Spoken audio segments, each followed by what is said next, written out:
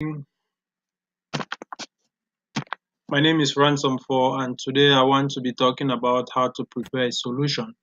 And I'll first of all start by defining what a solution is. A solution is actually a homogeneous mixture of a solute and a solvent. In simple or basic terms, what is a solute? A solute is just a solid that is dissolved, or a liquid or a gas, whatever. It is always a substance that is being dissolved, and the solvent is the substance that is used to dissolve. Simple example: if you have a solution of sugar and water, for example, you have two substances present here. You have a solute, which is a sugar, and you have the solvent, which is the water, because you actually use the water to dissolve the sugar, and the sugar is actually being dissolved by the water. So you have a solute, which is a substance that is being dissolved, and you have the solvent, which is a substance that is used to dissolve. In this case, I have a simulation that I'm going to use to illustrate the preparation of any solution. So if you want to prepare a solution, generally in scientific or in a lab, what you usually do is you usually prepare a specific volume of a solution. So let's say I want to prepare half a liter of a solution.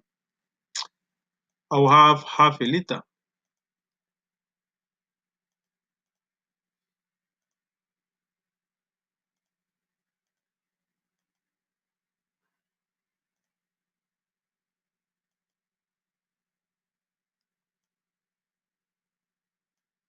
So I have half a liter of a solution. And here I have a variety of salt. And for the sake of this video, let me just use cobalt 2 nitrate. So cobalt 2 nitrate is a solute that I will use. So what I do is, when I have measured my specific volume that I want to prepare a solution with it, what I do is I simply add my solute, and my solute dissolves. As soon as I have a solvent and I have a solute dissolved in that solvent, I have a solution, basically. So most often we do prepare solutions. For example, if you drink coffee, it means you've made a solution, because when you take a sugar and you put in a coffee, that forms a solution. For example, preparing the coffee itself is a solution between the coffee beans and the water. For example, that's a solution. So each time you have a solute that you're dissolving into a solvent, that forms a solution. And in this case, if I'm adding more solute, for example, I have a concentration meter right here. So each time you're adding a solid, or if you're dissolving anything into a solvent, what happens is that the concentration of that solution can usually be determined.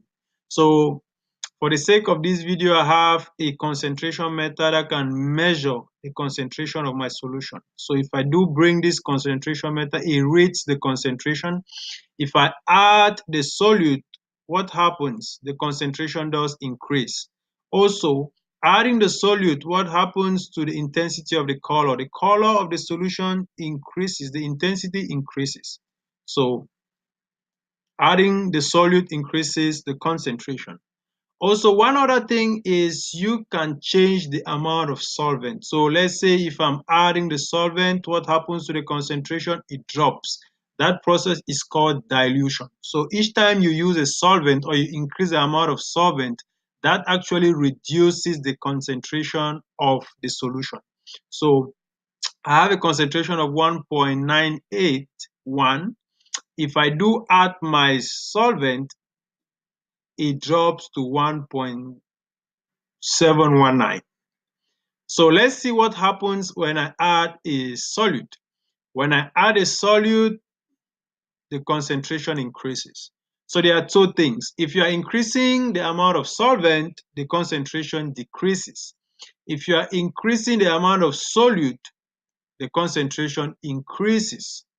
So this video was basically to introduce you to the concept of forming a solution, and hope you find it interesting and hope you find pleasure or you learn something from the video.